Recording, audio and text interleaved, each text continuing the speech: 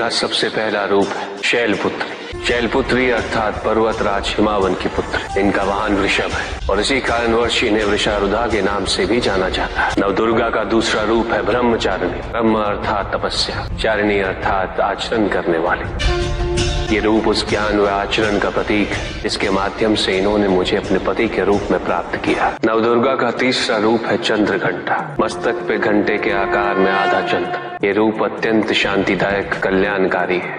विभिन्न प्रकार के अस्त्र और शस्त्र इनकी 8 भुजाओं में सुसज्जित है। इनका तीसरा नेत्र सदैव खुला रहता है। चंद्रघंटा का वाहन सिंह है। ये युद्ध करने हेतु सदैव तत्पर रहती है। इनकी आराधना करने से निर्भीकता और वीरता के साथ ही सौम्यता और विनम्रता का विकास निश्चित है। ये जो मृत्यु देती है वो सुख कारक और निर्भय अवस्था में होती है। इनकी मंद मंद हंसी से संसार का जन्म संभव होता है। यह है नवदुर्गा का चौथा रूप, जिसे कुष्मांडा के नाम से जाना जाता है। अष्टभुजा, शस्त्रधारिणी, व्याघ्रवाहिनी, हिरण्यवर्णा।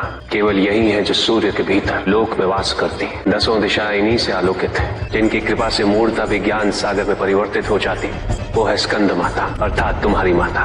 नवदुर्गा का 5वां रूप सिंह वाहिनी और इनकी उपासना द्वारा मोक्ष का मार्ग सुलभ होता है। जिस रूप में इन्होंने महिषासुर का वध किया वो कात्यायनी कहलाता है।